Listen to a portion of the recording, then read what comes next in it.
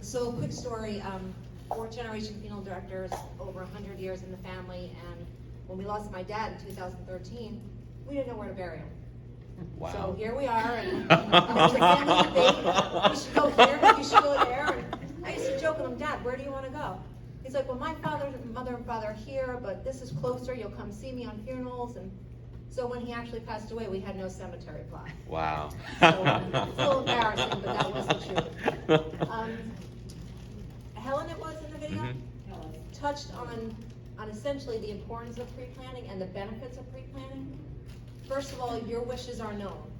So often people come into us and we don't know what mom wanted, or there's 3 children and mom told me she wants to be cremated. No, mom told me she wants to be buried. Yeah. So it gets your wishes known. You do need to share that with your loved ones because they need to know what your wishes are, but it eases their burden as well. With the financial part, again, if you can afford to and if it's in the plans, it eases the financial burden left on the family members to take care of things. So it is important if you can do it. At the very least, if you can make your wishes be known, that is the best thing for you and for your family, so that your services are carried out to your wishes. In the booklets I have there, it has a lot of information when you need to pre-plan your funeral. You need to know a lot of vital statistical information. Another story about my father. If anybody knew him, he was a funny guy. We always thought he was born in Orange, New Jersey, right? Lived there his whole life. He was born in East Orange. Nobody knew that. There's 2 hospitals right down the street from me, and he was born in East Orange. So we didn't know these things, but people, when they sit in front of us, they draw blanks because they're not ready, or they're just too stressed to realize the information that they need to know, and then they have to gather it. So if you can get that written down and again, make your family members be known, the burden will be so much less on them. Still gonna hurt, but the burden will be less. With pre-planning, a lot of people say, oh, my funerals are, don't worry about it, it's all taken care of. You need to really let them know, because some people have a conversation with a funeral director, but nothing was ever written down. Nothing was planned. They just say, you know, I get it all the time, oh, Andrea, when it's my time, I want this. You have to let your family know that, because I can't tell your family what you told me you wanted, right? So it's just, again, can't stress enough how everybody needs to know what your wishes are. And you can take it further like Helen and have your services planned and your celebrants. There's so much that you can do, but the burden, if you do this pre-need, and it's a hard thing to do. Nobody wants to talk about death. It's a hard thing to do.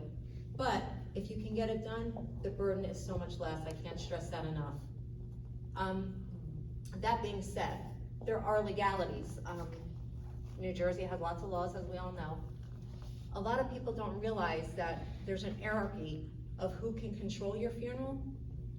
So even if you come in yourself and say, this is what I want, we write it all down, and we can even pre-fund it. At the time of your passing, whoever comes in can say, we're not gonna do that. And we can't hold your family members to what you wrote down. Okay, so you can pre-plan your own funeral. It doesn't mean it's gonna get carried out because your family members need to uphold that. So there's an hierarchy. Surviving spouse has first right to control. If there is no surviving spouse, adult children. So if you have 3 children and 2 want cremation and 1 wants a burial, we have a problem. Well, no, we don't have a problem because 2 want cremation, majority rules. If we have 2 children and 1 wants a burial and 1 wants cremation for mom, there's a problem. And it's a problem that has existed often, unfortunately. Yeah. May I ask, if you have an executor though, can the executor be the one who makes the decision? No. So first of all, your executor's named in your will. So a lot of times the will doesn't even get touched until after death. But I just recently did this, and that's why I know, and you know of course, that now they ask you to fill out a special form. Yes. Which is for the funeral. I'm gonna let her finish now. She stole my show. That's exactly right. That's exactly what I was getting at. It's called a funeral agent form. And so a lot of people think that's if there's only if there's conflict you should do this. That's not the case, because there's so many situations where it's hard to figure out who's the next one that should be in charge. If there's no children and you go into distant relatives, there is that hierarchy, but if you fill out this form, it's a form from the Attorney General's office. It's called a funeral agent designation form. When you fill that form out, that form now supersedes any hierarchy of relationship as far as who has the right to control your funeral. You're talking about the person who is about to die, they should fill this out? They should fill that out, that's correct. What's that word you're using, hierarchy? Hierarchy. How do you So, spell that? H-E-I-R-A-R-C-H-Y. Hierarchy. Hierarchy. Yeah. Could you repeat the name of the form? I have some here, it's called Funeral Agent Designation Form. Okay, that, you can do that separately on this form that I have, it's a form straight from the Attorney General's office. You can also name a funeral agent in your will. That's how the state originally set it up, that it had to be in your will. The problem was, like I said, people aren't reading wills before a funeral, most of the time. So now you're beyond that point, and it was not working well. So they did come up with this separate form for that reason.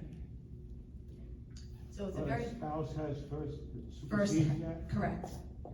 Spouse always has the first, unless you have that form filled out and on file somewhere, that supersedes everything. The funeral agent designation supersedes anything. Oh, it does? It Even does, spouse? yes, Even spouse? even spouse. Okay. But if you have a loving spouse, you wouldn't fill that form out anyway, Mhm. right? Yes. But where do you put that form? So that form needs to go to who your designation is, that person needs to know about it.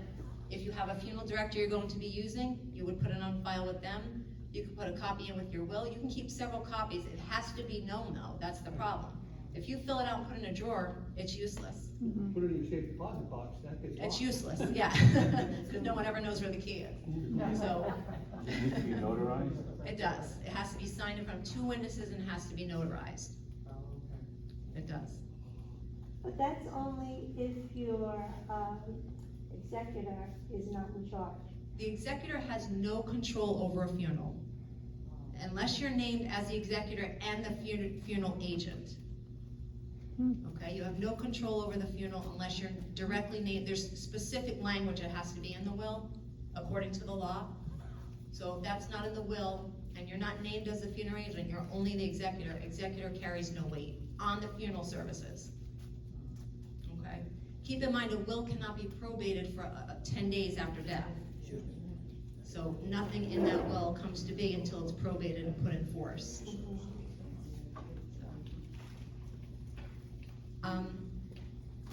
Essentially, like I said, Helen took a lot of the initial stuff I was gonna be talking about and really put into perspective the relief that it brings, that when you, it's not an easy thing to think about, but when you do think about it and you make your wishes known, the relief on your family and on yourself as well.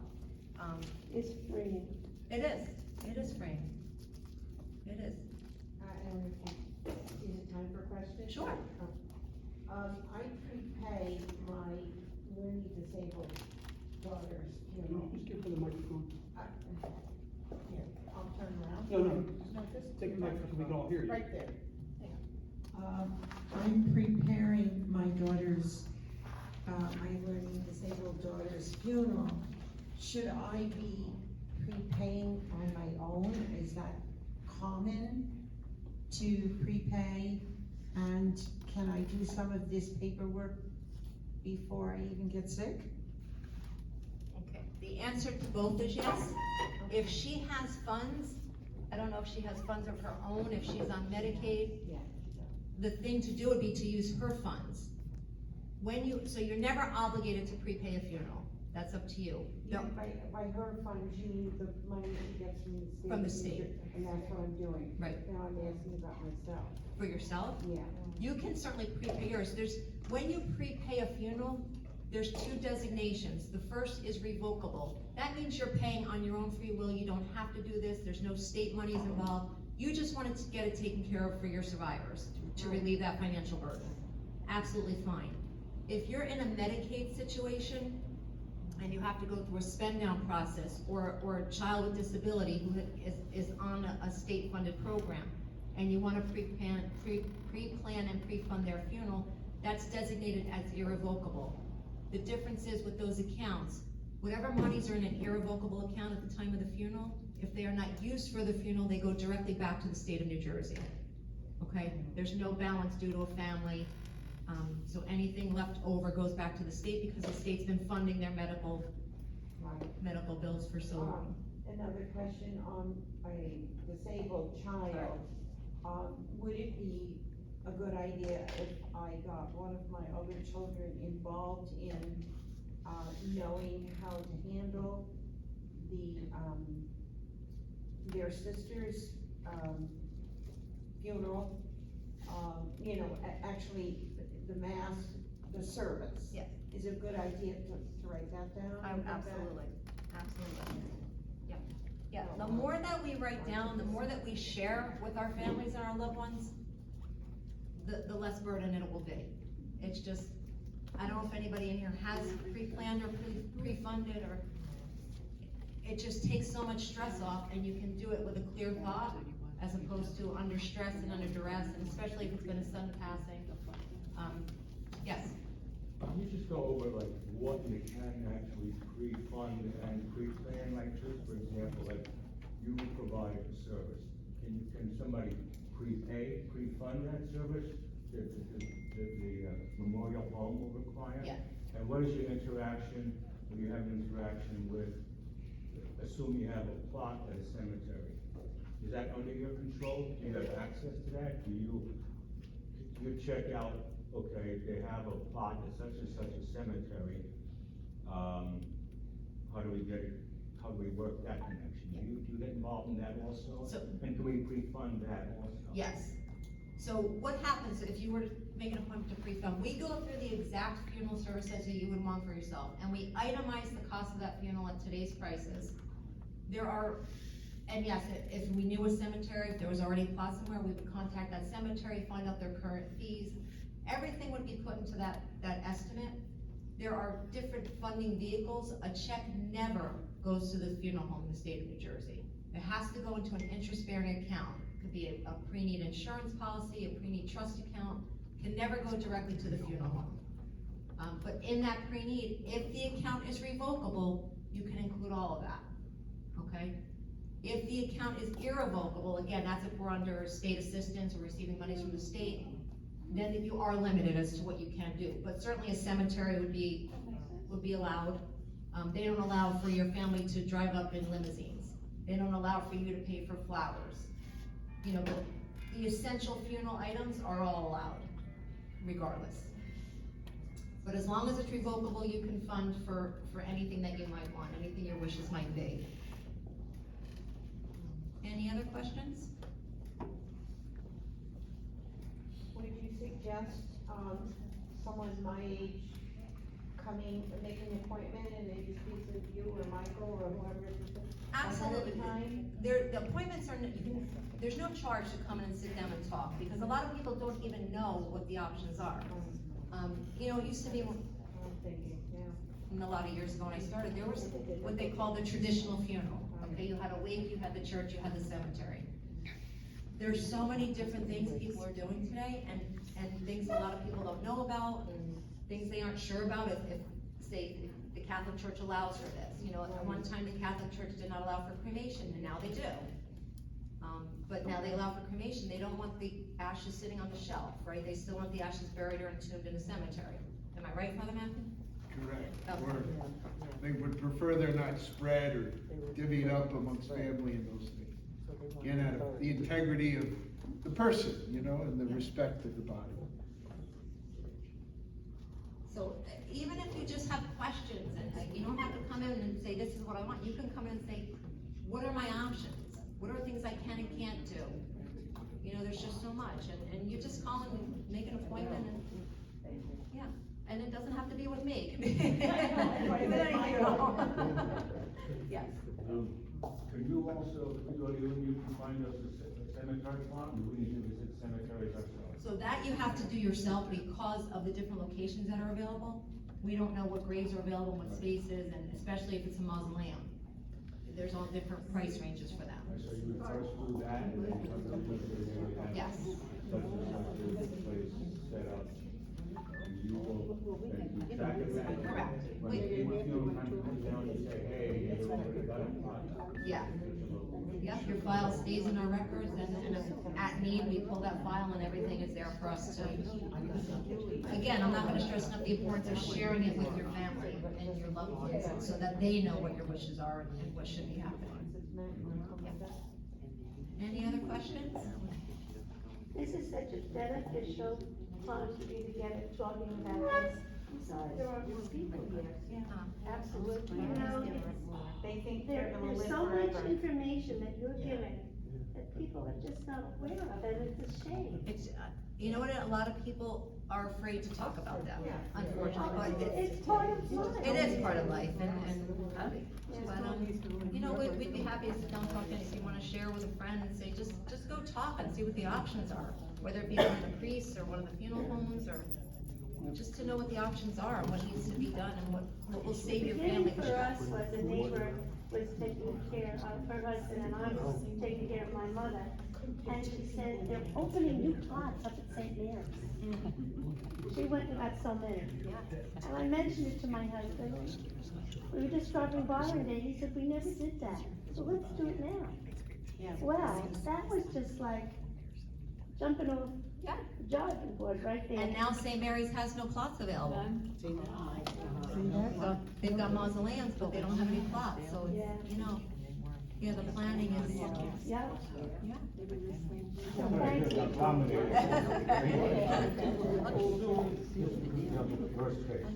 Microphone. We have nothing done. What, can you still take care of it? I mean, you can still manage, can you get, for example, a plot? We just dropped that tonight, and our family's trying to plan things tomorrow. There's nothing, absolutely nothing in place. Can you handle all of that? Yeah, so yeah, we can assist them with all of it, right? So again, with the cemetery plots, they would need to tell us where they wanna take you, okay? We can make that phone call, set the appointment, we can do all that. My bigger thing right now would be, how many children are there? Yeah, see, if I have a 3 split, I'm in trouble. Designate one. I actually had 2 brothers arguing through me for about a week what to do with mom, and I said, you guys need to, I mean, it's terrible because mom's now sitting in the hospital for a week, but yeah, we can't take anybody into our care unless we know who's gonna be in charge of carrying out that funeral, so we need consent from all parties, which can tie us up sometimes, because people don't know these things. Yeah. Anything else? You take me out of my funeral setting, I'm a little nervous, so I'm a little choppy today. All the information's here, it's just not. Andrea, Yeah.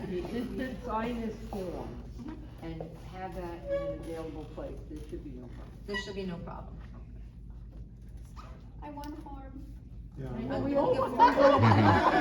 Can we download it from your site or something? You can download it from Consumer Affairs, because Oh. it's a government form, but I have some here. Oh, good. I'm not good at downloading. Yeah, see? Computers.